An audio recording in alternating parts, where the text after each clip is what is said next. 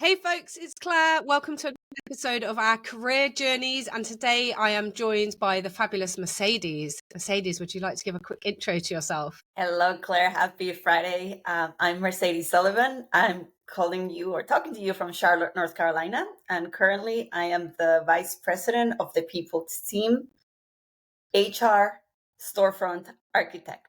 So that's a fancy title to say that essentially I helped create employee experiences so that our employees can consume what HR produces in a more seamless manner. That's basically it. But it sounds a lot cooler than it is, isn't it? I'm all for a jazzy title, though, why not, hey? Why not? Life is too So, short.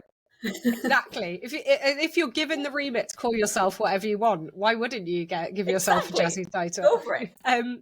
So we connected a little while ago after I spotted one of your posts on LinkedIn, which talked about just an awesome career journey that you've had that I think is really unique and inspiring, actually, in terms of just seeing the opportunity and also driving your own path. So we're here to talk a little bit about how you kind of got to where you are today and all the awesome stuff you've done on that journey to get there. So I love to go back quite early, but we don't have to start with your entire life story. You can use this as much as a therapy session as you want or not. That's entirely up to you. I'm in. But one of the first things you talked about in that post is becoming a cabaret dancer at the age of 8. Talk to me about that. Yeah, my dad was. So I just remember vividly watching on TV some cabaret dancers. And the very first thing that I remember in my body was, wow, they look so free. And everybody's so happy. So in my little kid's mind, it was just colorful, flowy, happy, and just like nothing mattered. And everybody was happy. And it just felt so pure. And this is what it came from me, more than the actual dancing or cabaret dancing, because I did try other dancing. In fact, I was kicked out of ballet class for laughing, but that's a separate story. I've always been fascinated with just like your free spirit and just making people laugh and smile and be happy within your body. And that's how that started. But then I look at my dad's reaction with that. I was like, maybe that's not something. Maybe cabaret dancing, there's more to it, but yeah, I wouldn't know it then, but later I'm like, oh, maybe. Yeah, makes a bit of sense. Oh, yeah, I'm all for. Yeah, that's a problem. Yeah, but don't worry about that. Yeah, that's a little problem, but that's okay. I love that though, that sense of freedom, and I think you're right. As a child, it's funny, isn't it, that we're drawn to these things that we don't know what really it means at the time. But I love that sense of happiness and freedom and flow to be what you want and love to be. And it feels like that's something you've definitely held close to as you've kind of progressed throughout your career and your life as well. Yeah, and it was interesting because as you saw in my post as well, I was always had very interesting things that I was curious about. One of them for me was the study of death and dying, thanatology. I had a lot of people die as my journey began when I was younger. And someone gave me the book from Elizabeth Kubler-Ross on death and dying, and I just became completely obsessed. And being Mexican, growing up in Mexico, I also had the Day of the Dead, Dia de los Muertos, and we had where we have full-on parties like November 2nd at the cemeteries. I'm like, wow, this is cool. So I, on the one hand, wanted this happy, joyous life that's part of the Latino culture, and also this dancing that's so freeing. But on the other side, how do you view death is how you're going to probably live your life. And so I always had this, since I was really little, this like philosophical, what does it mean? And how do we make the most out of it? And based on feeling more than intellect. And yeah, that's how, that's what the first 10 years of my life or so were like. I think it's so interesting because, like you say, people, if you tell people like I'm really interested in death, they're like, what the hell? That's like not a very uplifting. But actually, if you think about like exactly what you said, the impact that has on how you live your life, that's actually really powerful and gives you a sense of, well, I can choose what I do with this now. And when we've talked in the past, you've mentioned about, I'm just going to go to my notes. So, collecting moments of joy. And I think that's such a beautiful thing. So is that kind of how you've thought about your life and your career as you're making decisions about where you go? Yeah, that was interesting because I was reflecting on that a little bit more. And one of the things that I still do with my kids today, we write our obituaries once a year. like a pretend obituary, and then you write letters. I write letter to the people that I love as if it was my last day, just to make sure that they know, so we don't leave things unsaid. But yeah, I was going through life, and I started to become a tennis player as I was very young. I started competing, and very early on, and I'm gonna, you said therapy sessions, so here you go for you. Here's Yeah, one of go the for it. first things I internalized when I was 10. I was number one in the country, a 10-year-old, and I had won my 2 nationals. And then by the third one, I was expected to win, but I lost. But I remember in my body, the very first thing that I remember was, that kind of sucks. I don't like losing. I'm competitive. But immediately after, I was like, that's amazing for her who beat me. She worked so hard, like all these other things. And I remember feeling like, this is who I am. I've always been a hype person. But everybody around me, the feedback around me was, what's wrong? Like, how do you feel? Like, and I very quickly internalized, oh, maybe I need to be perfect and I need to win to be loved. Which was really interesting because that's not what Wow. my parents were saying or anybody else, but that's what I Mm, internalized. So through my whole life, having this pressure was, I need to be perfect and I need to win to be worthy of love and what have you. And so it became really interesting because as I was winning, all good. But then when it started to get rough, I was like, oh. And then my mom once I remember her telling me, she's like, let me help you out here. She's like, happiness doesn't exist. Don't try. That's too much pressure. Happiness doesn't exist. It's like, it's all moments. It's all moments that we remember. So ever since then, I try to live my life with how many moments of joy can I collect? Because my mm, ultimate goal is that when I die, I always think about this, when I die, and if it's true that your life flashes in front of you, I want to see it as pictures. And I just don't want to see gray, empty pictures. I want to yeah. collect as many as I can with what matters to me. And that is the philosophy that I carry through my entire life. I notice sometimes I self-abandon myself and I start intellectualizing what I should want. I should want to win. And I need to bring myself Mm. back to, what does it feel right in my body? That is what I really want. So I don't do what I'm supposed to do, but what's viscerally right for me. So that's This guided is me through my whole life. And I had to fight out, you have to fight your internal demons sometimes because it's really easy to yeah. get carried away, especially with social media of what are other people doing? Am I good enough? I'm like, no, no, no. I want to not focus on what I'm doing. I want to be. I want to be Yeah. as much as I can be. And it's hard. It's hard, but I It try is. my Oh, best. I just think there's so much to unpack there in Yeah. so many levels. So interesting. But because I think there's so much in there around. Well, okay, I did a podcast not long ago with a happiness researcher. First of all, it's really Yeah. interesting. We spent quite a lot of time talking about the definition of happiness, and actually where we all get things wrong is we strive for these fleeting moments, and we think that's happiness. So we strive for pleasure, we strive for joy, but they are not permanent states in the same way that, the other side is not a permanent state. And actually it's a lot about contentment, which resonated so much for me because I'm someone who's always been driven by trying to find contentment, but thinking that was really boring and I should want these extremes all of the time. So That's anyway, right. really, really interesting one around kind of how we view happiness. But I think what's really Yeah. interesting for me Inside there out. is how you viewed success. And actually, you talked about something there that's really emotionally intelligent for a 10-year-old, which is, wanting to celebrate the success of somebody else. And then society, in whether it meant to or not, has taught you that isn't what you should be doing. You shouldn't be celebrating someone else's success. You should be disappointed that their success wasn't your own success. So obviously you said that was challenging, but how have you then kind of managed that as a sense? Because as you said at the start, you're a hype person as well. So you've gone back to your natural roots, which I absolutely love, for the way. But I can imagine that was a bit of a conflict of, this is what the world's telling me and this is what I feel inside of myself. It's still a conflict. And where that came from, I think also my grandparents were refugees from Spain. So they fought against Franco and they went to Mexico. That's how I ended up there. But my parents, my dad was really conservative and my mom was really liberal. So for me, love and affection was when you don't agree with people. And it's very Yeah. confusing. So this is probably why I go back and forth. But it's a balance and it's hard. It's hard to get back to that middle point and keep moving it along. But at the end of the day, I feel more, and we're all selfish. Like every time we do something, we do it because it makes us feel good. But I noticed that ever since I was little, what made me feel good, just like the cabaret dancers, it's like making somebody else smile, doing Mm, something for the greater good. And that's what I got from my yeah. grandparents. They were willing to lose their life for a bigger cause than them. I'm not sure I want to go there. I was like, Yeah. I will maybe lose my life for a taco truck, maybe, but like, but there's priorities here. But or for my family or for people that I love. So it's that balance with uh, it's the collective versus the individual, and then individually, what else I can do to grow and achieve. And it's a balance. And how I reframed my life is that, okay, if you're going to be competitive and a perfectionist, what is the hardest thing that you can do?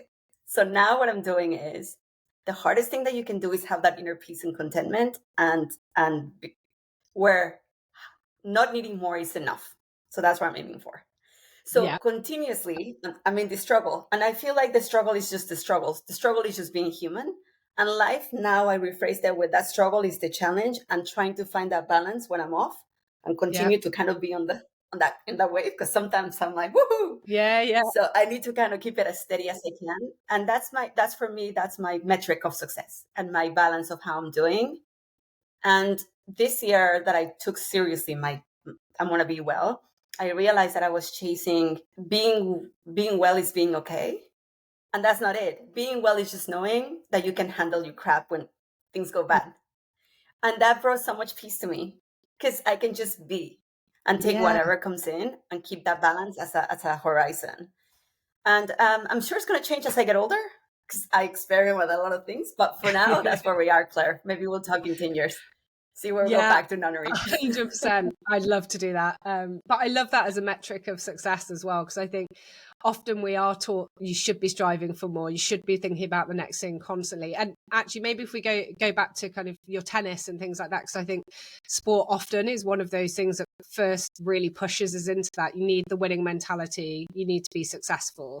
So talk to us a little bit about your tennis career when you were younger. Yeah. So I was born in Mexico City and I was doing gymnastics. And when we moved to Acapulco, my dad, we moved a lot. My dad was in construction and we just sold our house and we moved. So we moved every 4 years.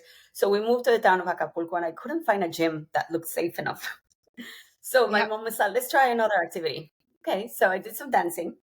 That's where I discovered that that's not my talent, but I still love it anyway. I still dance like a toddler. Like, I don't care. Good. That one, I don't care. I'll just bust out my dance move. Then I did karate, but I broke my brother's nose. So my mom's like, maybe that's not one that we should be doing.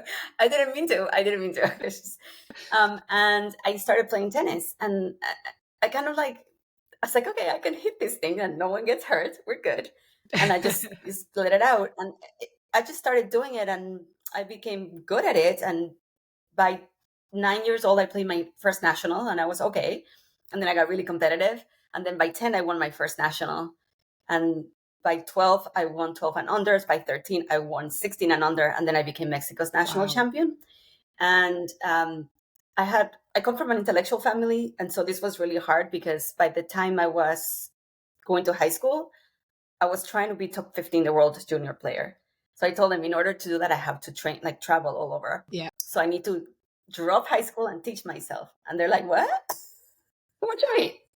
I'm like, no, but I promise this is so that I can go to college later. Because since little, I always knew that I wanted to play kind of professional and juniors, play all the Grand Slams, but then go to college and do something else. Okay. I had that clear. So they let me do that. And I skipped my 3 years of high school, traveled the world, achieved 28 in the world juniors. I was so privileged to work with the best coaches in the world on the court and also mental resiliency, which I'm going to be posting a lot about on my LinkedIn because it's something that we could really use in the workforce.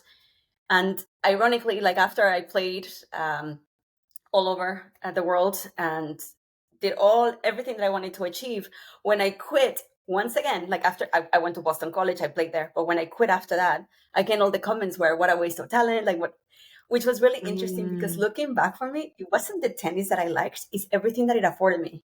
I got to travel with all these amazing people, cute boys. I mean, come on. I got to go to dance parties at the end of each tournament. I got to all of these things. And I learned that for me, it was the training, like getting better for myself, that I enjoyed a lot more than the actual competition. So all sorts of things to unpack of how different each thing is for you and how other people around you view it and how you have to be really true to yourself to not let anybody else in the external world define who you are and what you need to be for them, because that external validation will never be enough for the void. And so, yeah, it was a journey for me, but one I would never trade for the world. I mean, it was just an experience. When I hear you talk, I'm just like, what a level of emotional intelligence for somebody of that age. Is a lot of this reflective, that you've kind of you've reflected on it and associated this language and these emotions to it? Or do you think that's actually what you felt and knew about what was happening in the moment? At a surface level, but not really. I think for me, what really, really helped, it was my curiosity about how things are socially constructed. I think that was something that, because I had family members that teach philosophy at university, we do a lot of that. But what was funny is that then our emotional intelligence is very intellectual. Like, I talk about feeling Yeah, so nice, but I never felt them in my body. So that's what I've learned lately. interesting. But back then, it was more interacting with people from all over the world that made me question, like, this reality that I think, or being anti something or for something, or thinking this is wrong or right, that's socially constructed. Somebody else thinks differently.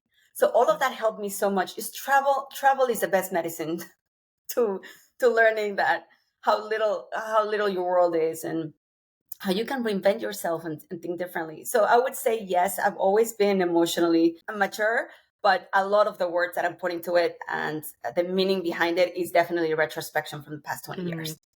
It's Back then I interesting. was just like, cute I boys, couldn't let's agree win, more. let's dance. Yeah, which is also great, right? I have to agree. I think because It was I played a great. lot of Yeah. sport as well. Played a lot of sport too growing up, and to a good standard, and it controlled a lot of my life until my late 20s. And it does teach you so much about yourself. It exposes you to such a diverse group of people that you wouldn't necessarily have been exposed to before, good and bad. You know, each way you learn. But I just think sport, it's not about being a professional athlete. It's about the things you learn about yourself, the team skills that you develop. And because even if you're playing tennis, right, you've still got a team of people around you. There's so much I think you learn through those interactions, irrelevant of how good or bad you are. Like learning to lose, which is the one that you hear about a lot, but it's so important. That's the number one. Yeah. Learning to lose. It's the best lesson. Well, I will tell you, I gave my son this lesson last week when he went to a kid's, one of his friends' football birthday parties, and they did a grown-ups versus kids football match at the end. I was in my element, I'm not going to lie. Have to make the most Did of you it while I win? can still do it. Yeah, of course we won. We thrashed them. Okay, I have a confession for you. So, Please. two funny quick stories. One, when I moved to America, I married an American man, and that's back then when Mexico's football, like the real football, like soccer football. Yeah. Sorry, Americans, but the one with the actual foot, that one, football. Mexico used to be in America, and then things changed at some point, which is around the time that I started getting married. And I was so mad. And he was like, please, please, America, lose, because I would stop talking to him. And then when I had kids, my 5-year-old had the audacity to beat me at Wii tennis. And I literally stopped talking to him for like 2 days. My husband's like, he's 5. Don't bring your trauma into this.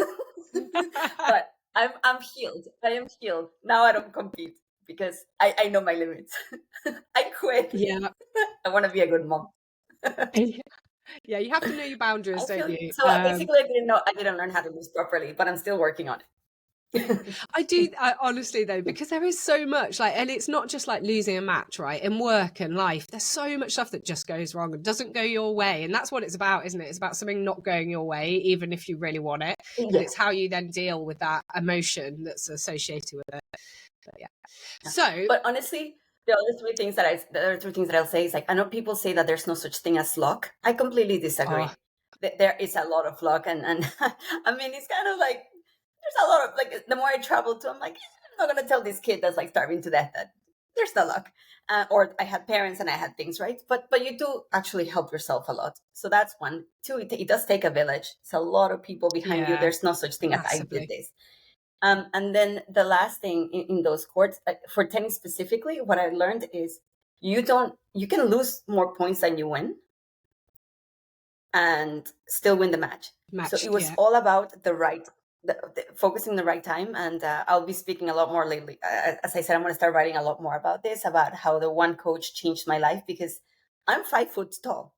Every coach in the world was like, no, you cannot make it, you're too short. Yeah. But nobody told me, okay, you're short, that's a problem, but here's things that you can do separately. And I took that to my career to position myself differently. And that's how I've been able to like wiggle my way into the corporate world as well. I'm like, okay, where's the niche? Where's the thing where I'm too short?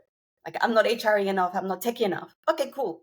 Where's the thing that I can be enough? So I can be like, woohoo, and get in there. And it's a skill. And it's something that It if you're is. purposeful, it can take you a long way.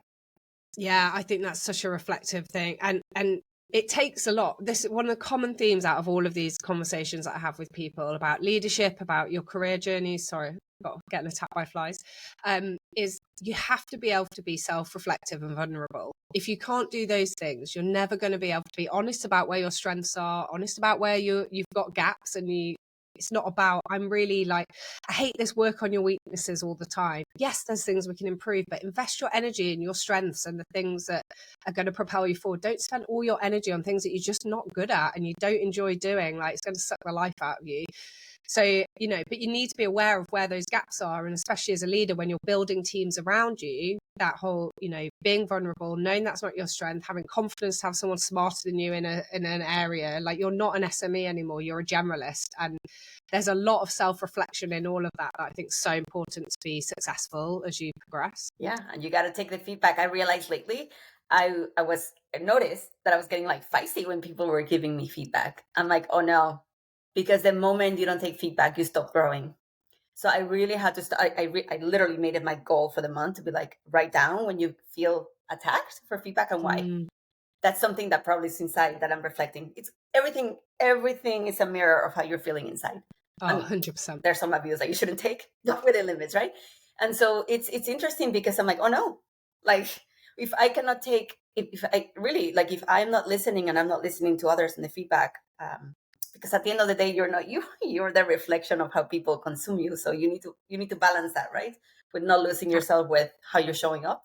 But it's so important because we might have been great at it forever, but you can lose that. So you have to continuously reflect and ensure that you're getting back to the basics. Yeah, because you can get to high in your high horse, and then it is very painful when you get knocked down. I get knocked down exactly. A lot, but it's good. Life knocks me down to remind me, what are you doing? Get off that horse. All right, back we go to walking again.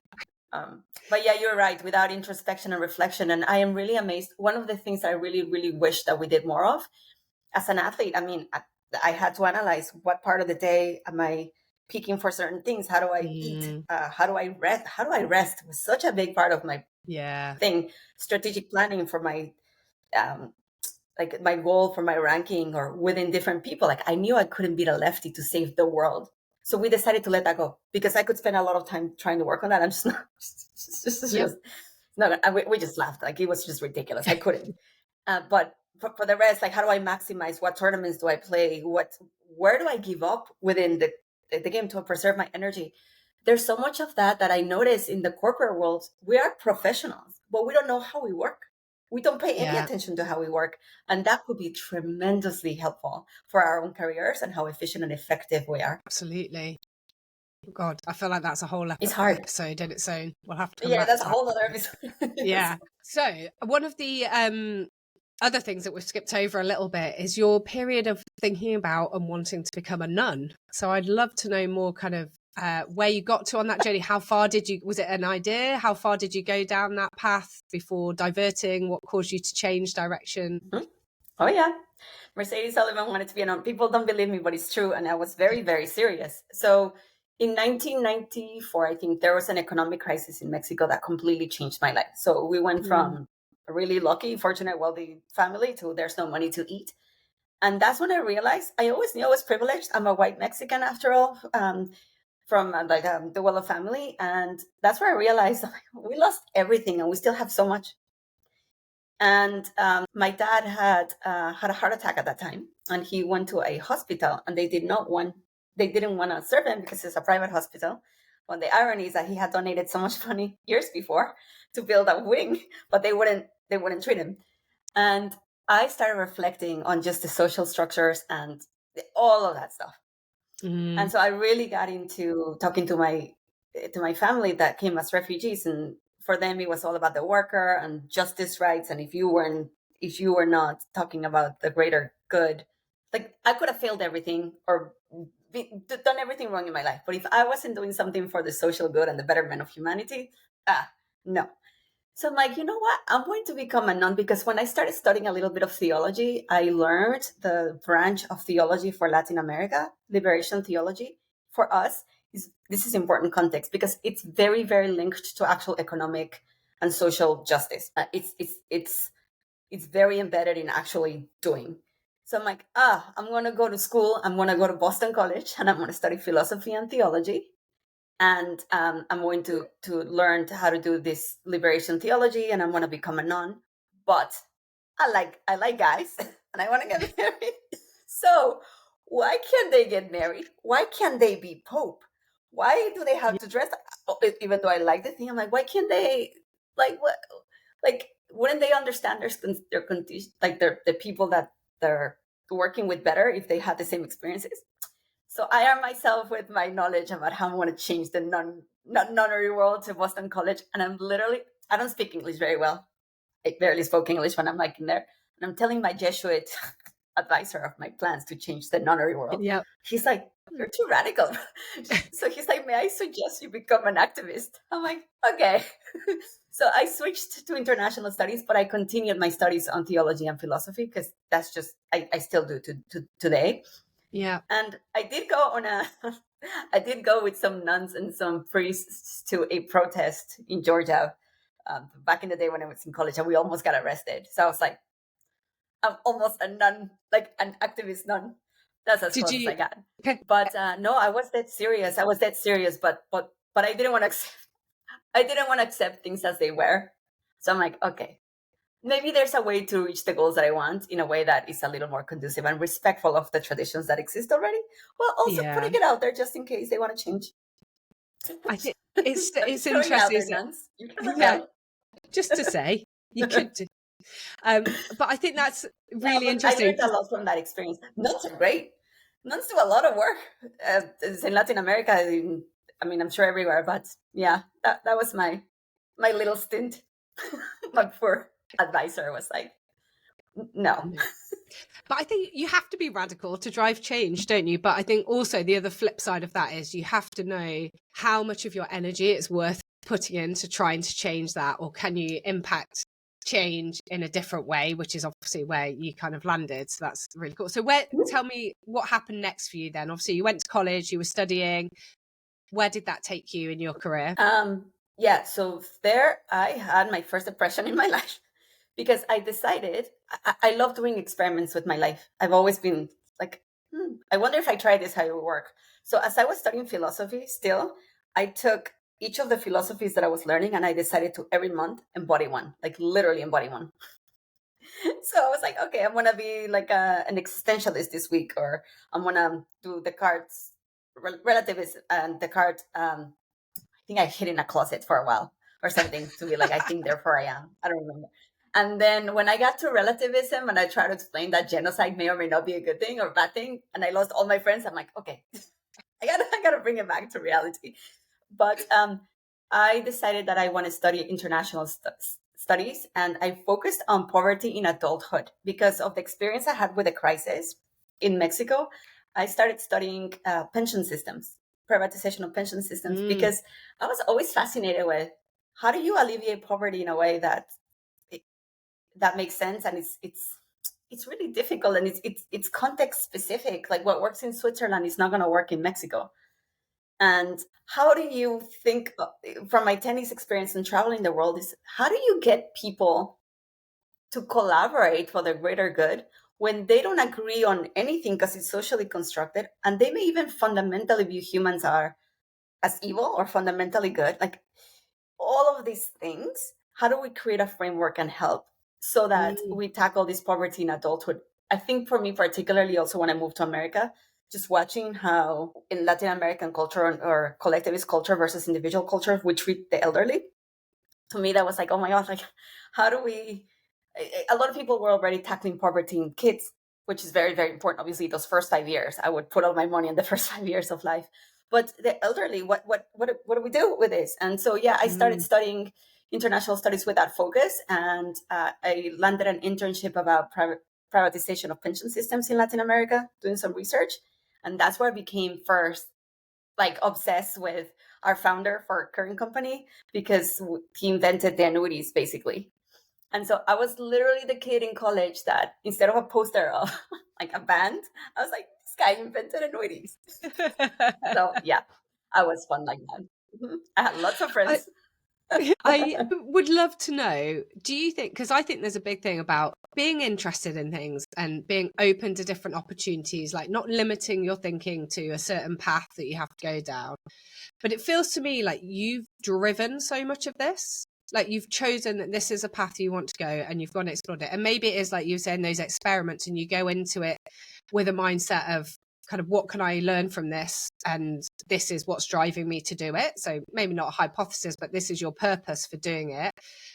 Is that kind of what's enabled you to kind of be so driven to dive into these different areas and test things out and see what you learn from them and then go on to the next thing? Yeah, and it's interesting because I'm like, am I driving or is it coming to me? And I think it's just that I don't know if you know these books that you build your own adventure, that you start reading, Yes. and then you can choose which so way you that's go. my brain. Yeah, I used to love them. So, so I'm like, ooh, tangent, foo. So I think I'm obsessive, and I grab like my little tangent and I'm like, I'm going to be an expert in this. And then I focus, and if it's visceral, if it feels like viscerally correct, I'll just go for it. And then like with my tennis, like once I know a direction, I'm just going to do it, whatever it takes. And then once I reach the goal, I'm like, okay, new goal.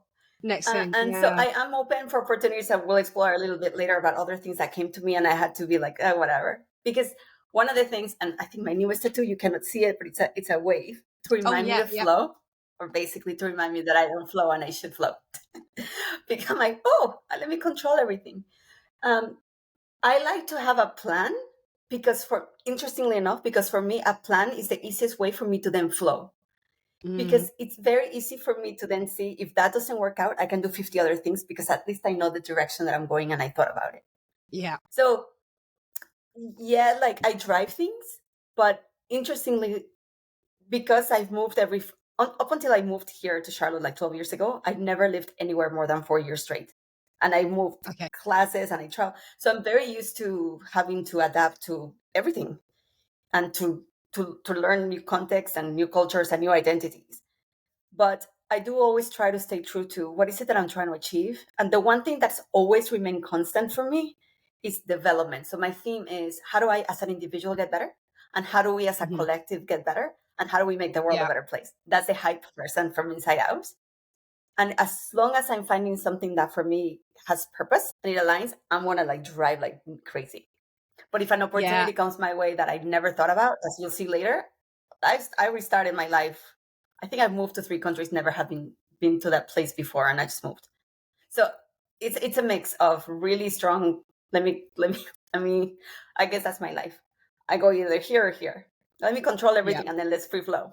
That's why I go skydiving and then like work in an annuity market. That's me. That's literally me. But I think it's how you leverage those things, isn't it, to then balance yourself out. And it definitely sounds to me you're a very purpose or mission driven person. Like you've got to know where you're heading and why you're heading there, and that's got to be something you believe in, and then you will go at it 110%.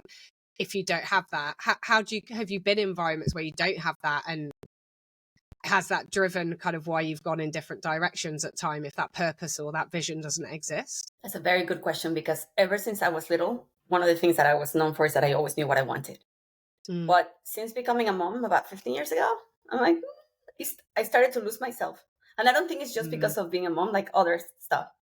To the point that earlier this year, I actually had to take some time off because there's a bunch of personal stuff that happened and I had to take time off. And I realized I had no idea who I was. I don't know what I want.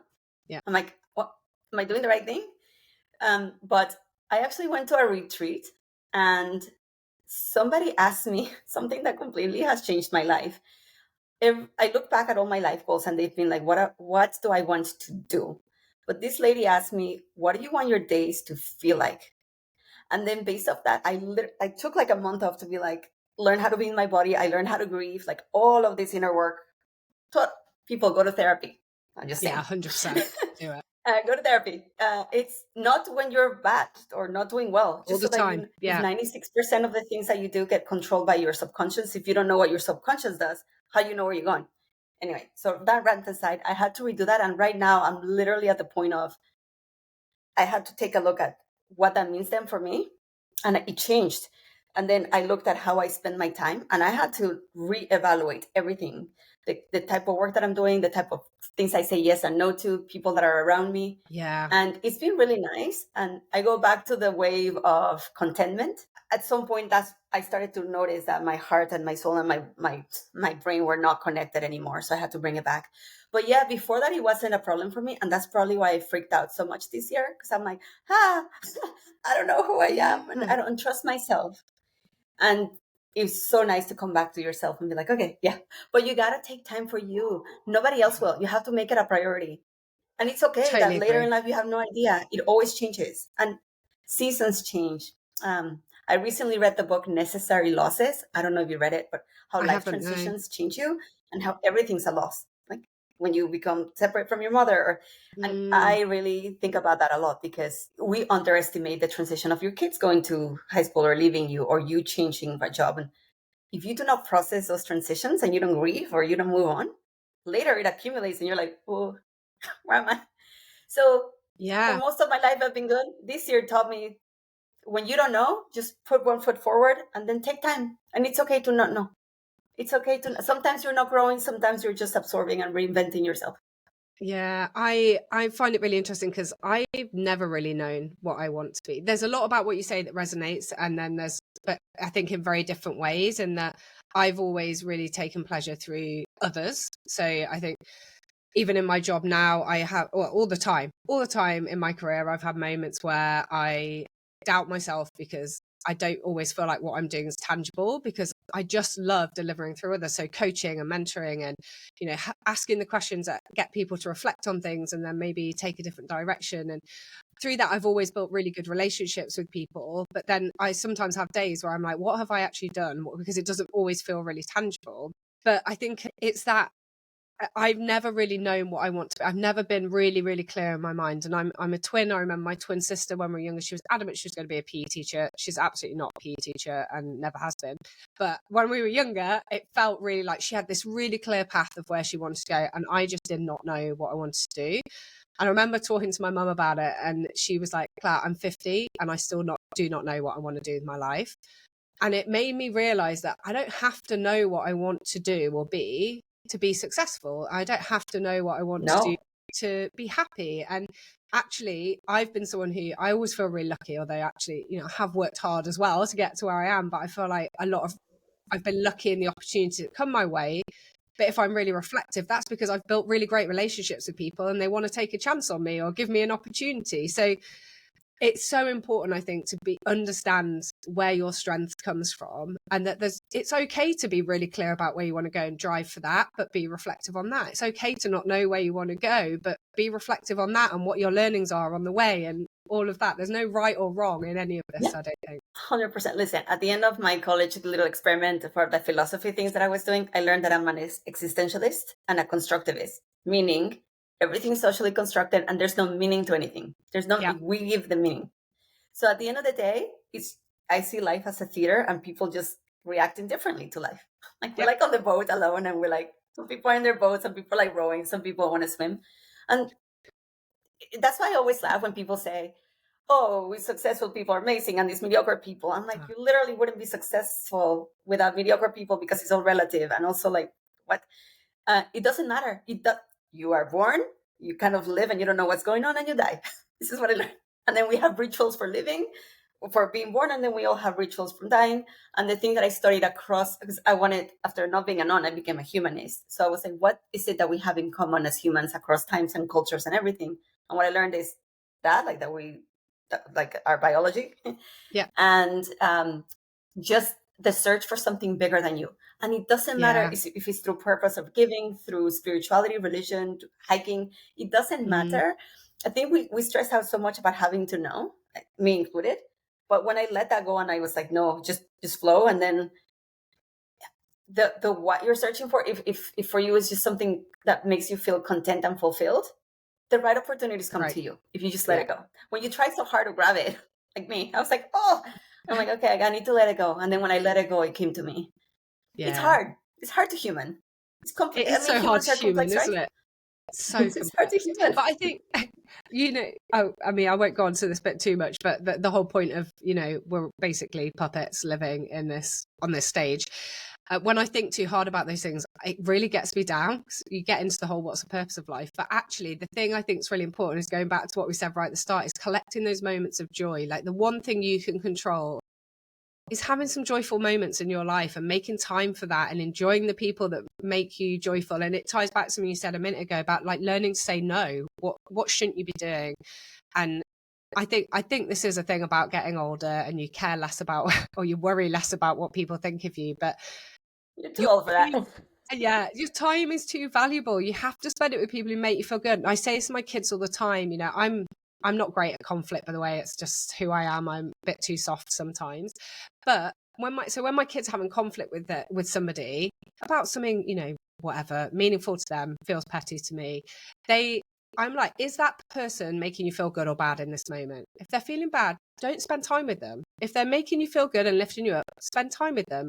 Doesn't mean they're always going to make you feel good or always make you feel bad. But if in that moment they are not feeling you good, making you feel good, go and be with someone who makes you feel good and lifts you up. And it's not, there's no point getting into a debate or argument about it if you just follow what makes you feel good and is lifting you up in that moment. And that's why it's so important. You're so spot on. That's why I learned, that's why I said like this year, the best thing that I learned this year that I was like, I learned how to grieve. So I learned my body and how it feels, like how things feel in my body, because we really intuition.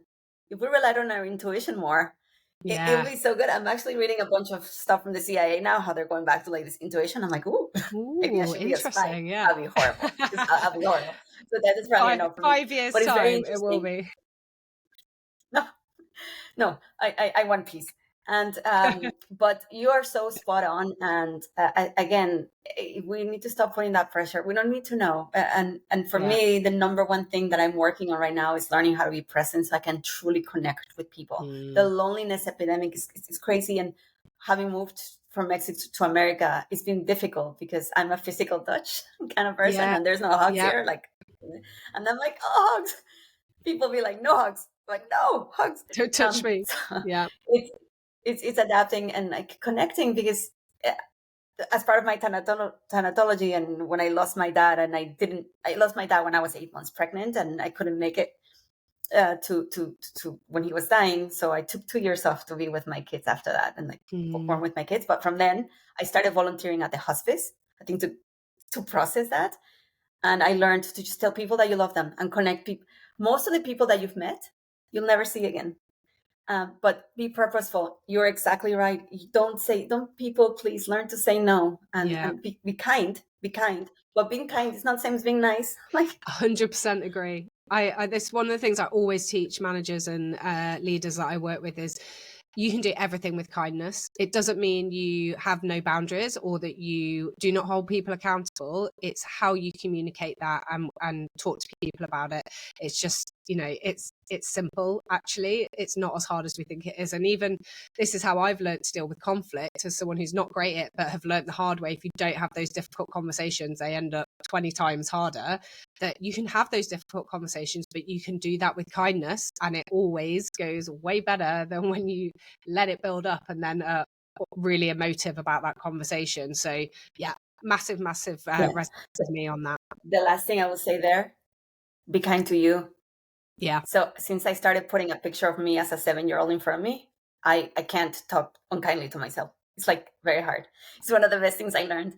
And so remember, putting your oxygen mask first and being kind to you is actually kind to everybody. We feel selfish for that. Humans are selfish. Giving to other people is selfish. So be selfish for you so you can fill your cup and then give it to others. So true. Nobody is going to be kind to you if you're not kind to yourself. Start with you. It's not selfish. It's not at all. It's for the benefit of everyone. You're absolutely right. Okay, super. So I mean, you be selfish, but we're selfish. we're doing so many learnings as we go. It's brilliant. So we're at a point where you've been volunteering at the hospice. Where did you go to next from there? Where did I go? So I think we were in the part of the career. So I went to college, and then I did 3 things after that. So I did 10 years of like financial services consulting for Gartner, now CEB, now Gartner, and that was great. And that was in Washington, D.C. I learned so much from that. That's an example of I got that job and I had to get a sponsorship for my visa. So I was just like, great. Banking, I wasn't sure, but I'm like, hey, consulting. That I didn't know what I wanted to do. I just wanted a job and consulting sounded good with international studies. Cool. I had no idea anything about banking. I when I talk to my clients, I have to be like, and then I had to go research all these things back in the day when we still fax things over to our clients. That was fun. And in between that 10 year, I took a year off to go to Australia to do my master's because all of my family were entrepreneurs or on their own. And I wanted stability and safety, but I also didn't want like the corporate life that's traditional. So how I went with is like, I can work for a little bit, take off, work for a little bit, take off. Yeah. So that's how I do my life. Nice. I learned a ton from there. In Australia, I did international studies as well, but I went with my husband so that we can travel. And I lived at the international house there. And one interesting point there, there's no concept of Latina.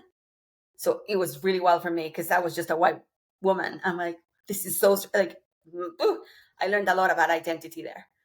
And then coming back, I wanted to be purposeful again. And I said, okay, I want to do something with more meaning. So I started doing social movement consulting. So for example, we studied the voucher systems for schools in Milwaukee here in America. And if in the long term, they helped or hurt minority students by taking funding away from the public school system and doing these other things.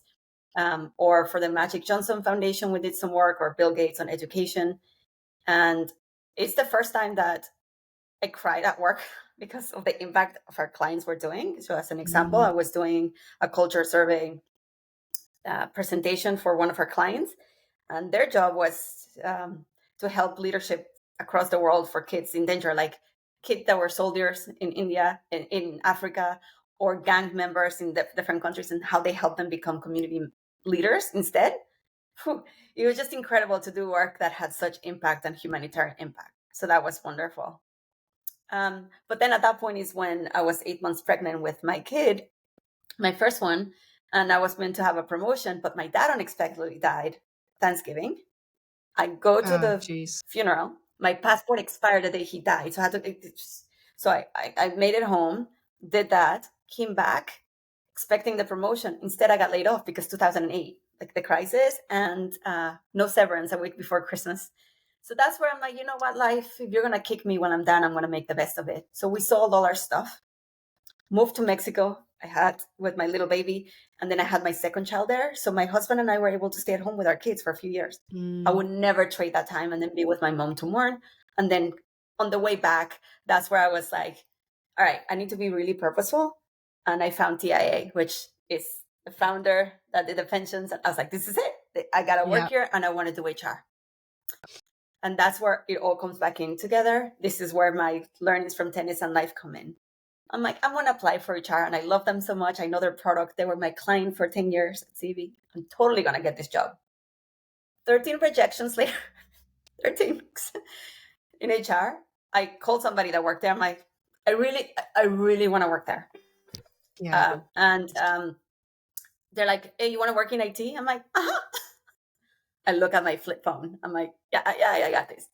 And I started my career as a business analyst. I cried, I think, 2 months. I didn't understand anything anybody was saying. I had to go from scratch. I literally, my flip phone. The worst part is that my boss was sitting next to me and I couldn't turn my computer on. I'm like, oh my, please don't fire me. And it was the best 3 years of my, like, I learned the most because I brought everything back from my tennis. I'm too short. Okay, I'm not techie. Yeah. And I want HR. So this is where I started thinking through that strategy that I hope a lot of people listening, like, think about them for themselves.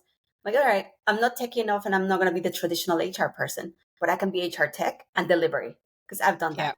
So I crafted who I network with, my mentorships, everything so that I can cross over to HR, which I eventually did as a PMO. And then from there, I grew into the head of the PMO for HR and changed how we think about delivering in HR, learning from IT. So from projects to products. And I made it my mission that if I was to do that, I'm going to have my niche and be very good at my job. I wanted to learn the ecosystem for our HR tech. And I blocked my calendar, non-negotiable to this day, 2 hours a week, non-negotiable. And I go and look at webinars or what have you. I follow people on LinkedIn. I connect with people. You have to continuously learn. And yeah, so I did that for 8 years. And then now I'm where I am today, which is the HR storefront, and trying to use AI-enabled capabilities to enhance the experience and hopefully change the world of work. And that's where it's so important to bring all of your experiences together and see that you can make it in a non-traditional background if you think strategically and differently. And plus a million to your point, it's all about relationships. Yeah. Learning and understanding what people need and what they want in their context, how your company makes money, what do your leaders need and want, and how do you add value. It's all problem solving at the end and adding value. And nothing like a human relationship to understand what makes people tick. I couldn't agree more. And I think your point there as well about, you've always learned something in everything that you do. We've all had the jobs that didn't work out, or we've made choices that didn't work out and they feel like bad choices or whatever. We've done all sorts of different jobs, but every single one of those things has taught you something, either about yourself, about what you want, about what you're good at, what you're not good at. And it's being able to be reflective on that and say, right, and then, like you said, turn it into something strategic and say, this is how I'm going to use it. This is how I'm going to leverage this. And this is how I'm going to leverage that. And how you can then apply that in different situations. And I think the thing that's always worked for me in a similar situation to you, where I went into tech with my background was law and playing field hockey, I hadn't been in tech at all before, was like a rabbit in the headlights. It was through building relationships with people who mentored me through that process. I learned, what do I really need to care about? What can I let go of? And you just build from there. It's like, yeah, it's really powerful. And honestly, I just think there's so much inspiring about your story and how you've been so driven and passionate.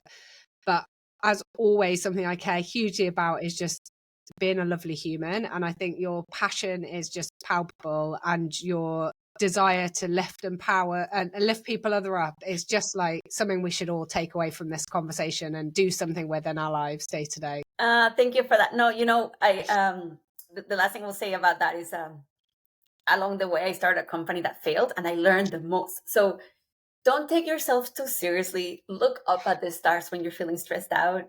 Look at the universe. We're so little. Laugh at yourself, but then take yourself seriously at the same time. There's that balance. But yeah, when I feel kind of like stressed and I'm losing the forest for the trees, I go on LinkedIn and I literally I follow different people, like environmentalists and all that stuff, because as a high person, I love to see how all of these humans are making the world better. Yeah. I literally stop and think, oh my God, it is impossible that we're alive. It's impossible almost like that you and I are connected now. It's almost impossible. It's think about everything that had to happen. And then you go and look at what all these humans are doing to make it better. If you don't believe in miracles, I don't care if you're religious or not. To me, it's finding the magic in everyday moments that make it worthwhile. And those are the moments that I collect. It's not the big giant, I went to this. It's the little things. It's the little butterfly. It's the little person that made you laugh. It's the fail that you had and you got up. And we should celebrate each other more. We spend so much time being angry at things.